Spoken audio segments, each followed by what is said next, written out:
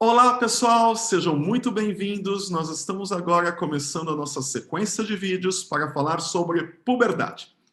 Para facilitar o estudo, nós dividimos esse tema em 4 vídeos. Nesse primeiro, nós vamos falar sobre os conceitos básicos de puberdade e sobre a telarca precoce. Lembrando sempre que esses vídeos são vídeos voltados para a atuação do pediatra geral. Então aqui nós vamos discutir as principais hipóteses diagnósticas, se precisa ou não de algum exame complementar e quando que nós devemos encaminhar para uma avaliação especializada com o endocrinologista. Também para poder facilitar o estudo, toda a discussão vai ser pautada em alguns casos clínicos. Então, sempre pensando em situações possíveis do dia a dia, que são frequentes do pediatra geral encarar, para ele poder pensar o que fazer frente a cada uma das situações. Então, vamos começar com o nosso primeiro caso. Então, no primeiro caso, nós temos uma menina, de 7 anos e 6 meses de idade, que foi levada ao pronto-socorro pelo seu pai, com uma queixa de um surgimento de um nódulo torácico há uma semana. A menina refere que se trata de um caroço logo abaixo do mamilo esquerdo. Não tem alterações do outro lado. Refere que esse nódulo, notou o nódulo durante o banho, que não dói, mas que sente um discreto incômodo. Não tem nenhum outro sintoma associado, não tem comorbidades, não faz uso de nenhuma medicação contínua. No exame clínico, ela está em bom estado geral, com a presença de um tecido fibroelástico subareolar à esquerda, sem sinais logísticos locais, sem descarga papilar, sem pirificação e sem outros achados relevantes. Ela tem 1,23 m de estatura e ganhou 2,5 centímetros nos últimos 6 meses. Ou seja, se nós vamos calcular a velocidade de crescimento dela, ela está ganhando ao redor de 5 centímetros por ano, que é a velocidade normal esperada por uma criança pré-púbere. E aí a dúvida é, o que será esse nódulo? Será que é broto mamário? Broto mamário numa menina a gente sempre vai pensar em puberdade, mas tudo bem a puberdade começar com broto mamário unilateral? E tudo bem começar a puberdade numa menina de 7 anos e 6 meses de vida? Então, acho que essas são todas as dúvidas que um caso como esse pode suscitar, e é isso que nós vamos discutir na aula de hoje. Se isso é ou não puberdade e o que fazer com um caso como esse. Então, para a gente começar, vamos lembrar o que é a puberdade. A puberdade, na verdade, envolve uma sequência de fenômenos hormonais e que vão trazer uma manifestação clínica. Tudo começa lá com a ativação do eixo hipotálamo-hipófise gonadal. Isso vai levar ao aumento da secreção pulsátil do GnRH, que é produzido no hipotálamo, e isso vai estimular a produção de LH e FSH, que é produzido pela hipófise. E esse fenômeno é conhecido como a gonadarca. Por quê? Porque isso vai levar às transformações físicas esperadas pela puberdade, tanto de estatura quanto o surgimento dos caracteres sexuais secundários. Isso vai ser em épocas diferentes e de forma diferente, seja no menino, seja na menina. Até hoje não se sabe exatamente qual que é o desencadeante inicial, o que faz com que essa puberdade comece. Mas a gente sabe que tem uma época certa para isso acontecer e tem uma sequência de fenômenos adequada para isso acontecer. Então, essa gonadarca, o que acontece? Vai ter a ação do LH e do FSH. O LH vai nas meninas estimular os ovários a secretar estradiol. E nos meninos vai estimular os testículos a secretar testosterona. E aí o estradiol na menina e a testosterona no menino que vai fazer com que tenham as características sexuais. Na menina vai levar ao aumento progressivo de mamas, né, que isso é a telarca, que é o primeiro marco puberal de uma menina, primeiro marco puberal clínico, porque na verdade a aceleração do crescimento e o aumento dos ovários acontece antes da telarca. Ele só não é visível para a gente. A primeira coisa que a gente vai perceber numa menina é a telarca. E aí, já respondendo à primeira pergunta que eu tinha colocado, a telarca pode começar assimétrica? Sim, em algumas meninas às vezes começa primeiro de um lado e depois do outro, como é apresentado no caso como esse. Associado, então, ao surgimento das mamas vai ter estirão de crescimento e o avanço da idade óssea. Já nos meninos, a testosterona vai produzir o aumento peniano, o aumento de pelos pubianos, alteração da voz, a voz vai se tornando mais grave, o desenvolvimento de musculatura e o estirão de crescimento. E, na verdade, esse estirão de crescimento é pela ação do estradiol, que, na verdade, o que acontece é que parte dessa testosterona é convertida em estradiol e promove esse crescimento.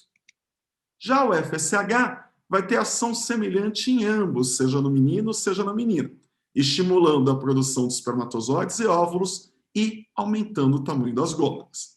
Aqui a gente tem a representação, esse é um esquema que eu adaptei do UpToDate, que mostra aqui o hipotálamo, então, produzindo a GnRH, isso estimulando a célula gonadotrófica da pituitária, né, da hipófise, isso produzindo FSH e LH. Na menina, o FSH vai agir nas células granulosas, que estão lá no ovário, e o LH vai estimular as células da teca. As células da teca vai produzir andrógenos, que por ação das aromatases vai ser convertido em estrogênio, e as células da granulosa vai fazer o amadurecimento do folículo, que vai formar o corpo lúteo, que vai produzir progesterona. E aí eu vou ter o estradiol, como eu já falei, desenvolvendo as mamas, acelerando o crescimento e promovendo maturação esquelética, e vai ter a ação conjunta do estradiol e da progesterona, levando à menstruação. Falando ainda da gonatarca, o que acontece? Existem essas sequências de eventos e eles são previsíveis numa criança, tanto em relação ao início, à idade de início para eles ocorrerem, quanto em relação à sequência de eventos, quanto em relação ao ritmo que eles ocorrem.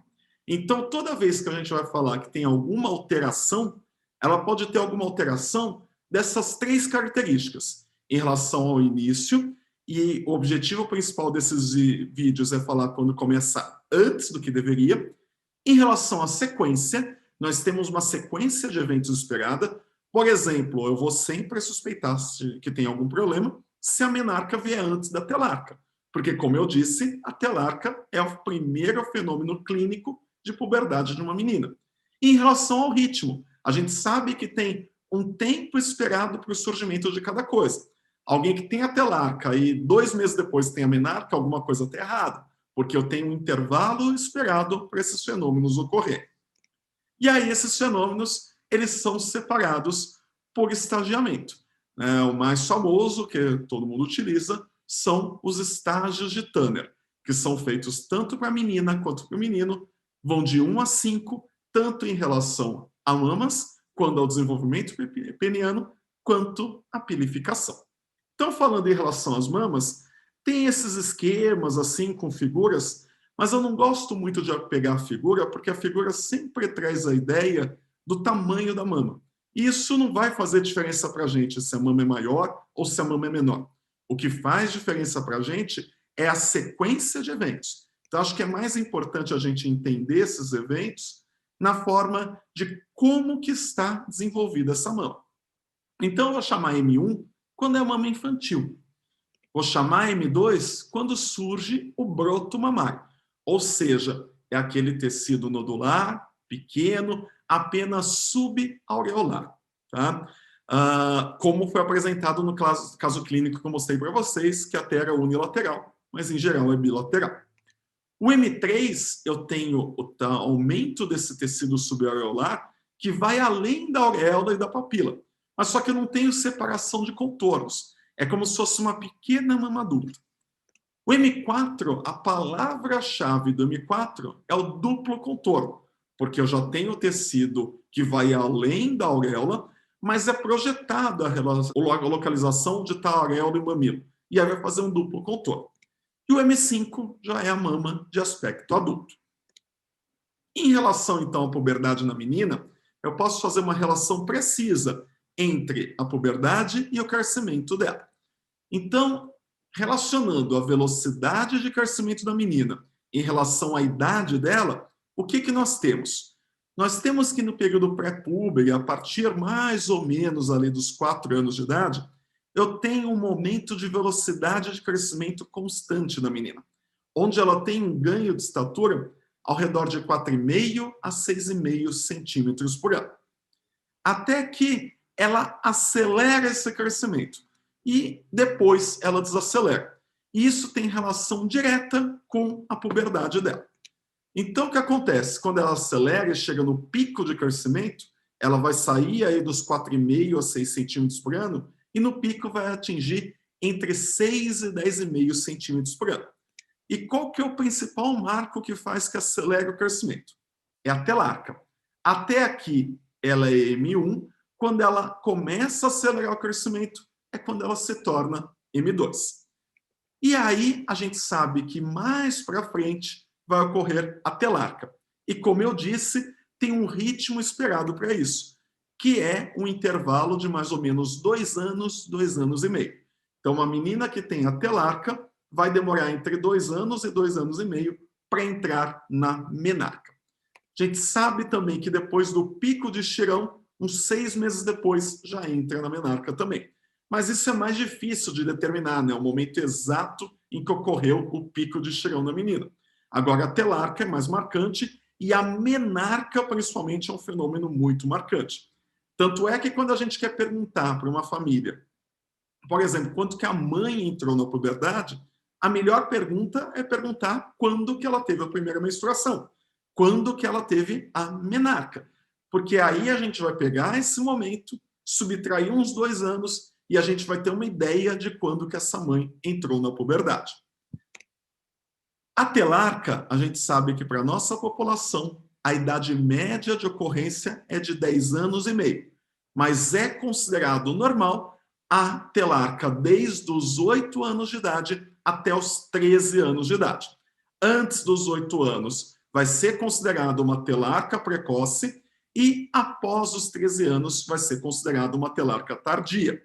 Como a telarca é o primeiro marco de puberdade, muitas vezes o que a gente vai dizer é que se surgiu isso abaixo dos 8 anos, eu posso estar frente a uma puberdade precoce e depois dos 13 anos, frente a uma puberdade tardia.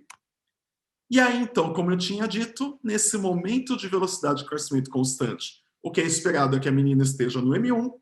Quando ela está no momento de aceleração, ela vai estar no M2. O pico do estirão vai corresponder ao M3 e o momento da menarca vai ser o momento que ela vai estar se tornando M4. M5 pode surgir aqui no final ou pode surgir só na vida adulta. Não é obrigatório a menina entrar no M5 para finalizar a puberdade. Ela pode finalizar a puberdade e se tornar M5 depois. E aí, com esse gráfico, nós temos toda a evolução puberal de uma menina. Para o menino, funciona de uma forma semelhante. Eu também vou ter o GNRH estimulando a célula gonadotrófica aqui da pituitária e isso estimulando os testículos, estimulando as células de Leydig e as células de Sertoli, lá nos ductos seminíferos, a produção de testosterona. A testosterona vai fazer o aumento da massa muscular, vai promover o crescimento do pênis, vai promover a mudança da voz e o crescimento do cabelo. A aromatase que vai agir na testosterona vai fazer a produção de estradiol e isso vai promover o crescimento das mamas e isso no menino a gente vai chamar de ginecomastia, já vou discutir isso em outro vídeo, vai promover a aceleração do crescimento e a maturação esquelética. Então, para o menino, eu também vou ter essa divisão pelos estágios de Turner, que vai do G1 até o G5. O G1 é a genitália infantil, é o pênis e o testículo de tamanho infantil. O G2 é quando o menino entra na puberdade. Se para a menina o M2 é a entrada da puberdade, para o menino é o G2. Para a menina é o surgimento do broto mamário, que é uma coisa muito mais visível, muito mais perceptível. Para o menino é o aumento do volume testicular. Aumento do volume acima de 4 ml. Ou seja, é uma coisa muito mais difícil de perceber, é uma coisa muito mais oculta e muitos meninos entram na puberdade e nem percebem, e nem veem, né? Geralmente, quando surge o broto mamário, a menina percebe, traz a queixa, como eu mostrei no caso anterior. O menino pode trazer queixa, mas é uma coisa muito rara de acontecer e geralmente muito inusitada, porque a queixa que o menino pode trazer é que o pênis está encolhendo. O pênis está diminuindo de tamanho? Não é. É que ele olha por cima, como o volume testicular e a bolsa escrotal está aumentando, ele tem a sensação que o pênis está ficando menor, o que não é a realidade. É, na verdade, o contraste de uma estrutura com a outra. Aí, quando vai para o G3, eu tenho aumento do pênis em comprimento. No G4, eu tenho aumento do pênis em espessura. E no G5, eu já tenho a formação adulta do pênis e do testículo. E aí tem a pilificação também, que vai do P1, que não tem nada, até o P5, que é quando já está tudo desenvolvido em relação ao tamanho da pilificação. Para poder ver se o testículo aumentou ou não acima de 4 ml, o ideal é o uso do orquidômetro. Né? Aqui vejam que tem um exemplo de orquidômetro, e nesse orquidômetro, inclusive, vem de cores diferentes. Os testículos aqui em azul são os testículos de tamanho infantil, quando fica aqui em amarelo, são os testículos pós-puberdade. Nem sempre a gente tem um orquidômetro disponível para isso. Então, uma dica é o seguinte: o testículo ele tem 4 ml quando ele tem mais de 2,5 centímetros no maior diâmetro. 2,5 centímetros é uma polegada, que uma polegada é o tamanho aqui da polpa digital, como eu mostrei aí na figura. Então, o que acontece? Se eu tiver uma criança que tem um testículo que é maior que uma polpa digital do polegar, muito provavelmente eu tenho uma criança que já entrou na puberdade. Tá? Lógico que o orquidômetro é uma coisa muito mais precisa, mas como eu estou falando aqui para várias situações, na ausência dele, eu tenho essa possibilidade de dizer se o testículo é um testículo ainda pré-púbere ou um testículo púbere. E aí muita gente pode perguntar, mas por que tem todos esses tamanhos? Por que não tem no orquidômetro só de 4 ml, que é o que eu preciso saber? Porque, na verdade, existe uma evolução esperada do volume testicular de acordo com os estágios puberais. Eu posso ir usando isso, começa nos 4 ml e vai subindo no percentil 50 aqui, mas isso é muito mais usado para os especialistas do que para o pediatra geral, mas é importante a gente saber. E aí, para o menino, eu tenho o mesmo tipo de gráfico, onde eu consigo relacionar os marcos puberais com a idade e com a velocidade de crescimento. O menino também tem aquela questão, a partir dos 4 anos de idade, de ter uma velocidade de crescimento constante ao redor de 4 a 6 centímetros por ano. E aí vai ter um momento que vai acelerar e um momento que vai desacelerar. A diferença que a gente tem aqui é que o menino tem um estirão de crescimento com uma velocidade muito maior. Para o menino pode chegar de 7 a 12 centímetros por ano. Se vocês forem lembrar, lá da menina que eu falei, é de 6,5 a 10 centímetros por ano. E aí, a gonadarca ocorre, mas só que a gonadarca, que é quando deixa de ser G1 e passa a ser G2, ela não coincide com a aceleração do crescimento. E aí a gente entende por que na vida adulta os meninos ficam mais altos. Eles ficam mais altos por 2 motivos. Primeiro motivo é porque eles têm um pico de estirão maior, com uma velocidade maior, e o segundo ponto é que eles entram na puberdade mais tardiamente e ficam mais tempo crescendo nessa velocidade pré-púbere. Então, eles ficam mais tempo de crescimento e com um pico maior. Por isso que a estatura final do menino é, em média, 13 centímetros maior do que da menina. E aí, para o menino, a gente sabe que a gonadarca também ocorre mais tarde, entre 9 e 14 anos, com uma média de 11 anos e meio. Se o menino tem um aumento do volume testicular antes dos 9 anos de idade, eu estou frente a uma puberdade precoce. Se ele ultrapassa os 14 anos sem ter aumento do volume testicular, eu estou frente a uma puberdade atrasada, uma puberdade tardia. E aí, para o menino, então, ele é G1, ele vira G2, mas ainda continua crescendo em velocidade pré-púbere, ele acelera o crescimento no G3, ele atinge o pico da velocidade de crescimento no G4 e desacelera no G5. É essa a evolução esperada em um menino. E aí, quando a gente compara, então, as duas puberdades, o menino faz um estirão maior e fica mais tempo crescendo e atinge uma estatura final maior. Para a menina, eu vou ter 2 grandes marcos aqui, que é a telarca e a menarca. Para o menino, tem a gonadarca, que é o único grande marco, e que, se a gente for pensar, nem é tão grande assim, nem é tão visível assim.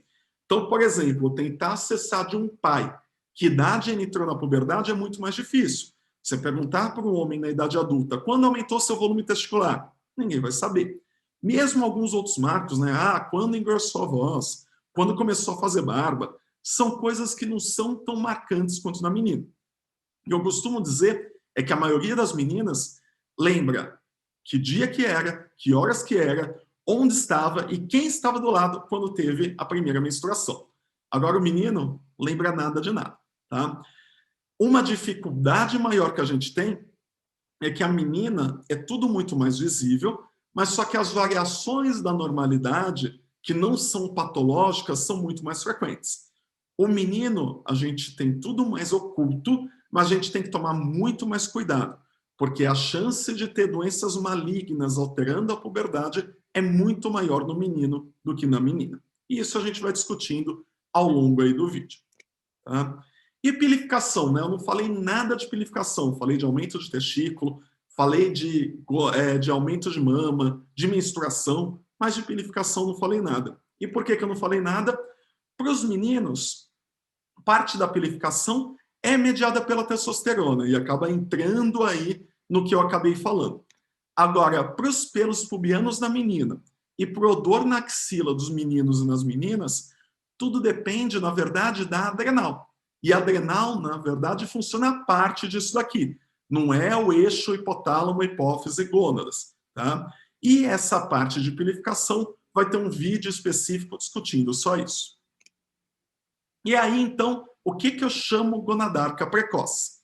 É quando eu tenho o início do desenvolvimento puberal numa idade de 2 a 2,5 desvios padrão abaixo do normal para a população.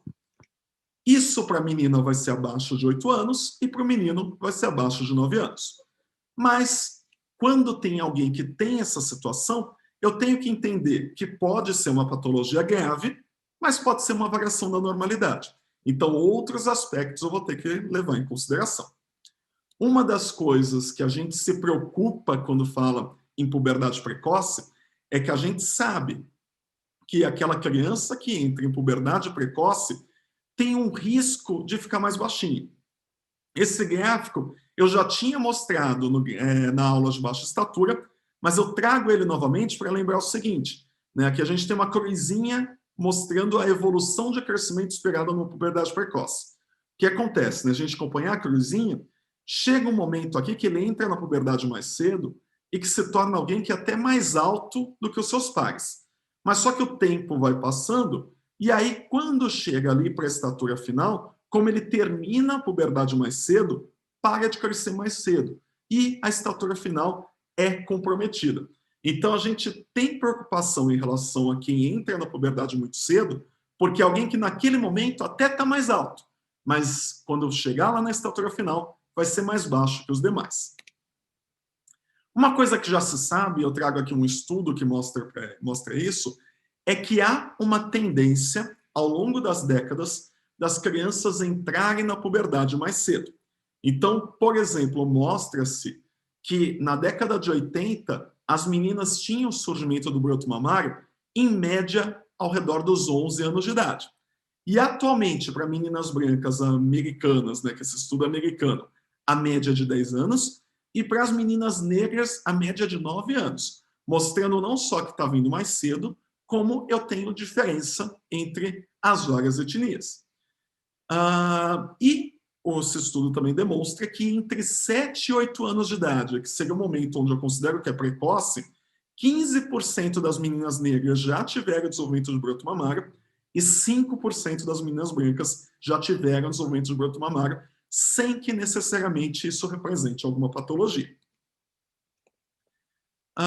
Uma meta-análise mostrando aí a tendência do desenvolvimento da mama tem mostrado aí, ao longo dos últimos 36 anos, e esse estudo é publicado em 2020, então é bem recente, mostrando uma redução de 0,24 anos a cada década que passa no desenvolvimento do broto mamário.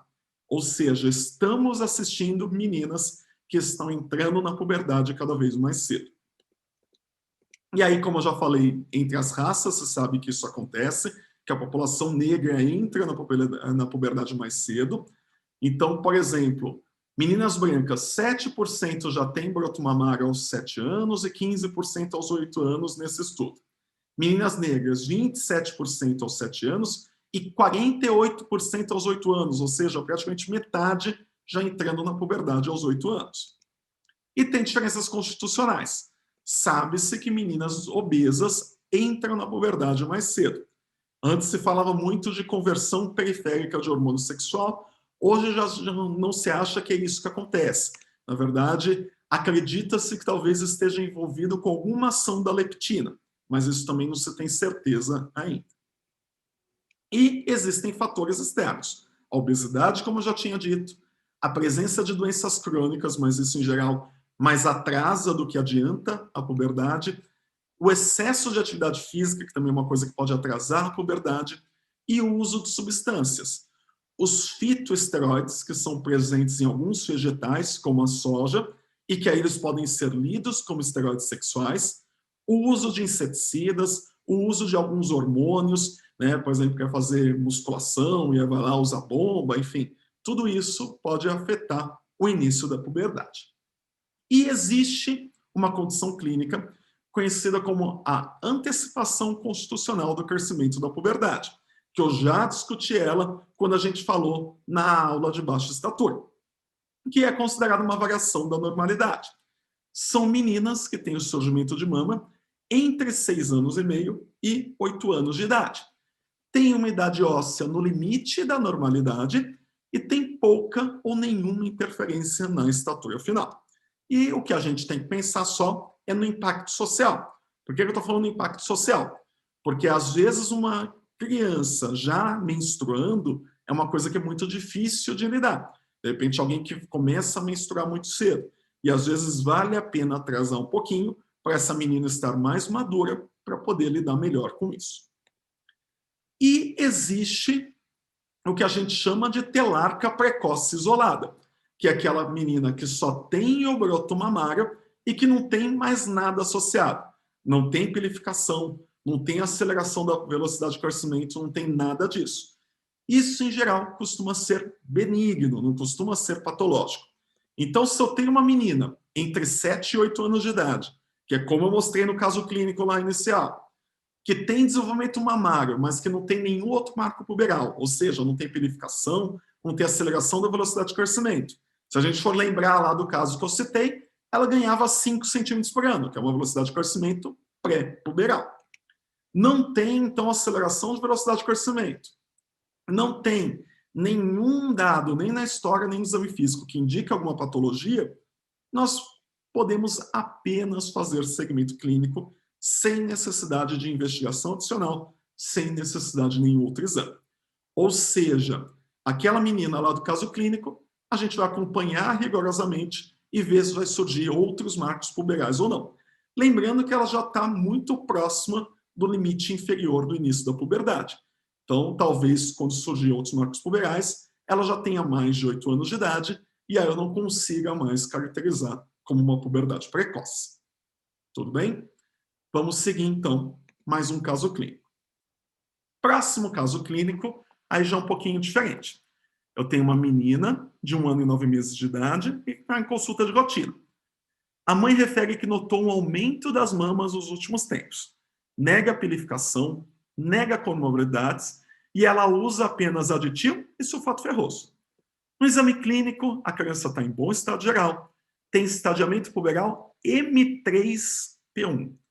Mantém a curva de peso e de estatura exatamente do Z-score 0, como estava nas consultas anteriores. Ou seja, ela não está acelerando a velocidade de crescimento.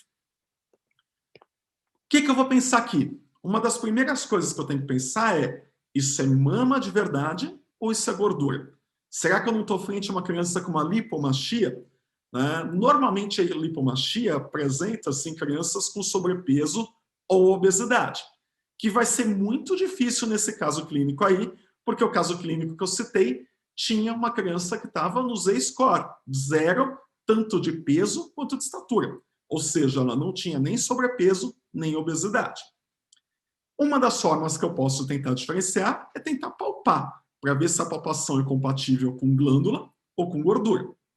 Outra coisa é examinar a criança deitada. Se for gordura, vai praticamente desaparecer. Se for mama, como é um tecido mais consistente, mais fibroelástico, vai ficar lá mesmo com a criança deitada.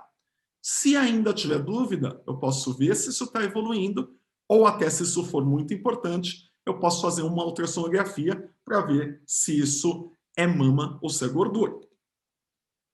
Eu posso estar também frente a uma telarca precoce isolada.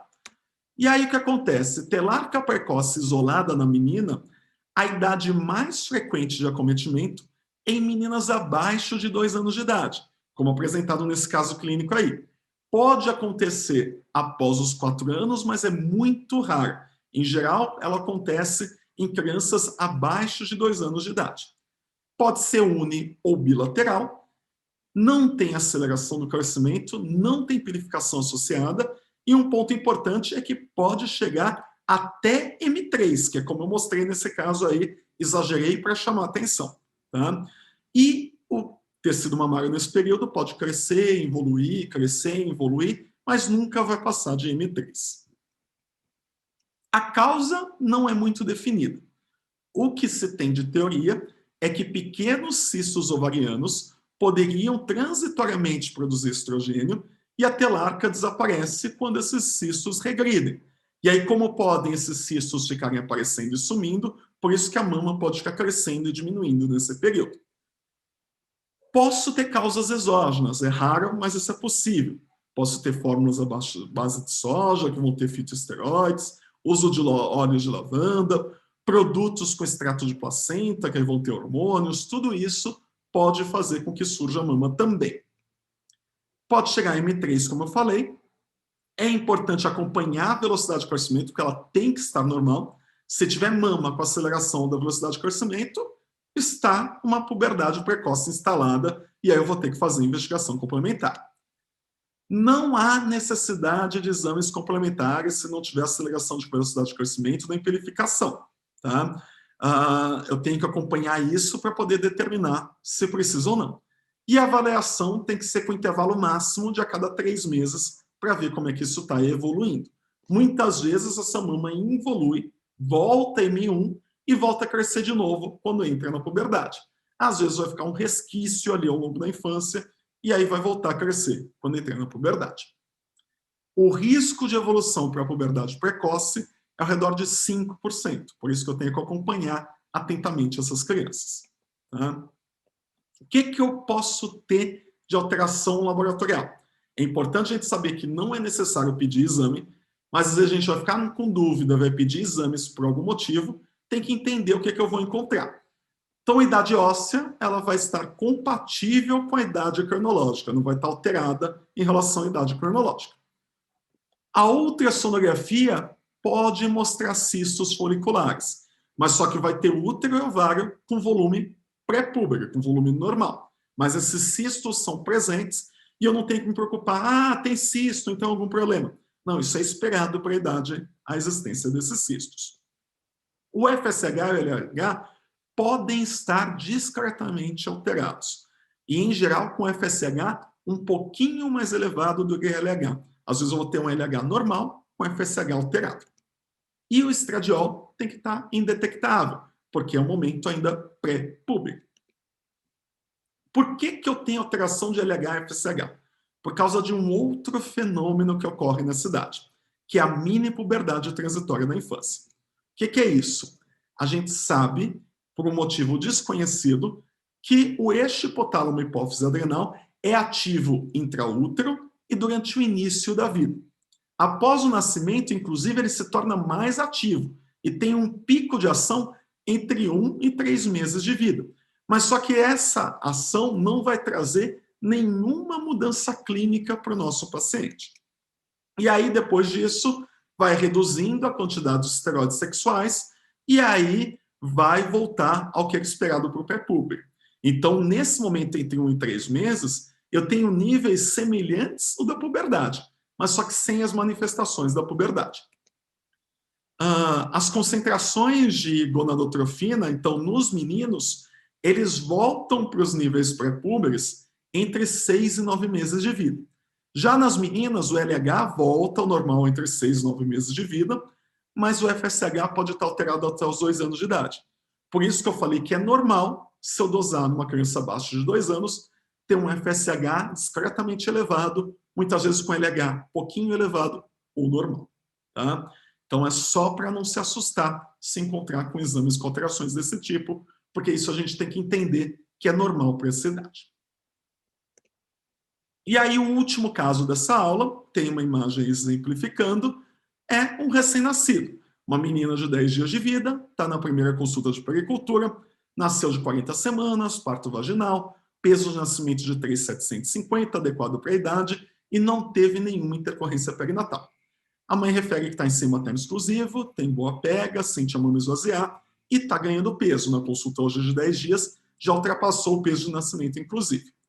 E aí a mãe notou o aumento bilateral das mamas, conforme essa imagem, notou também saída de pequena quantidade de líquido esbranquiçado pelo mamilo e que ela vem tentando realizar a expressão local para esvaziar a mama, só que sempre tem mais líquido saindo. E hoje, ao trocar de fralda, ela notou uma pequena saída de sangue. Ou seja, será que eu tenho uma criança que está entrando na puberdade com 10 dias? Será que eu tenho um tumor que está promovendo aí que eu tenha desenvolvimento puberal numa criança tão pequena? Acho que são essas as dúvidas que surgem no caso desse. E aí a gente tem que entender que eu tenho que examinar o restante, nesse caso eu estou dizendo que não tem nenhuma outra alteração significativa, e aí é muito comum de ter telarca no RE. Por que que ocorre essa telarca? Não tem nada a ver com aquela mini puberdade da infância. Essa telarca ela ocorre por passagem de hormônio materno, que pode ser transplacentária ou na amamentação. Então, isso pode acontecer mesmo uma criança que não esteja em seio materno exclusivo, mas é muito mais frequente naquela criança que está em seio materno exclusivo. E esse tecido mamário pode se desenvolver tanto na menina quanto no menino, porque se o menino tiver glândula mamária, pode desenvolver. Mesmo essa saída de leite pode acontecer na menina e no menino. Isso é conhecido não só aqui, mas na literatura internacional, é chamado de leite de bruxa. E um ponto importante que a gente tem que orientar as famílias é para nunca ficar espremendo a mama para tentar tirar o leite. Por 2 motivos. Porque isso vai aumentar a produção, vai fazer com que eu produza mais leite, e porque isso pode levar à infecção, isso pode levar à mastite. A gente sabe que na menina tem 2 picos de incidência de mastite, quando está amamentando e no recém-nascido. E aí uma infecção da glândula mamária nessa idade vai ser igual a colher todos os exames, internar e dar antibiótico endovenoso pelo menos uns 10 dias. Então vai ser um desastre se isso infeccionar. Então não é para ficar estimulando, não é para ficar cutucando, porque senão causa infecção local. E ela desaparece sozinha. Eu não tenho que fazer nada em relação a isso, tá? Não precisa se preocupar, inclusive, se demorar muito para sumir, porque em algum momento vai sumir. E não há necessidade de nenhum exame, de nenhuma investigação, de nenhum tratamento. Bom, e assim nós abordamos as principais causas de telarca precoce na infância. Nos outros vídeos nós vamos falar sobre pilificação, falar mais sobre alteração de puberdade no menino. Aproveita esse momento para lembrar, quem ainda não se inscreveu no canal, vai lá e se inscreve, ativa as notificações para receber aviso quando a gente postar novos vídeos. E é isso, eu espero vocês na parte 2. Até a próxima. Tchau, pessoal.